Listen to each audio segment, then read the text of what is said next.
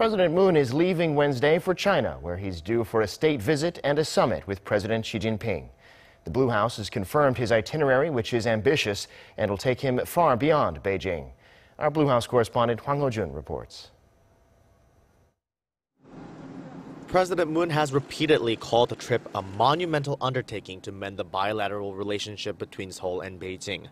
He will kick off his 4-day state visit Wednesday, meeting with Korean residents in China to communicate with and encourage them. That will be followed by a business roundtable and forum in which he will take part and deliver a speech. Top officials from dozens of leading South Korean companies accompanying the president will also be there. Thursday will be the long-awaited day of the bilateral summit between President Moon and his Chinese counterpart, President Xi Jinping.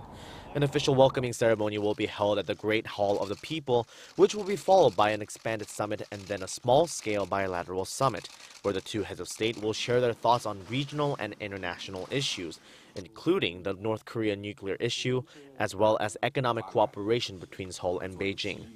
President Moon and Xi will then ink key agreements and MOUs before the Chinese president will host a state dinner in honor of his South Korean guest.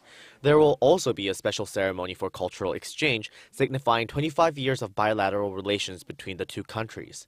President Moon will deliver a speech at Peking University on Friday and then meet with key politicians, including Chinese Premier Li Keqiang, as well as Zhang Dejiang, the chairman of the Standing Committee of the National People's Congress, roughly the equivalent of the Seoul's National Assembly Speaker.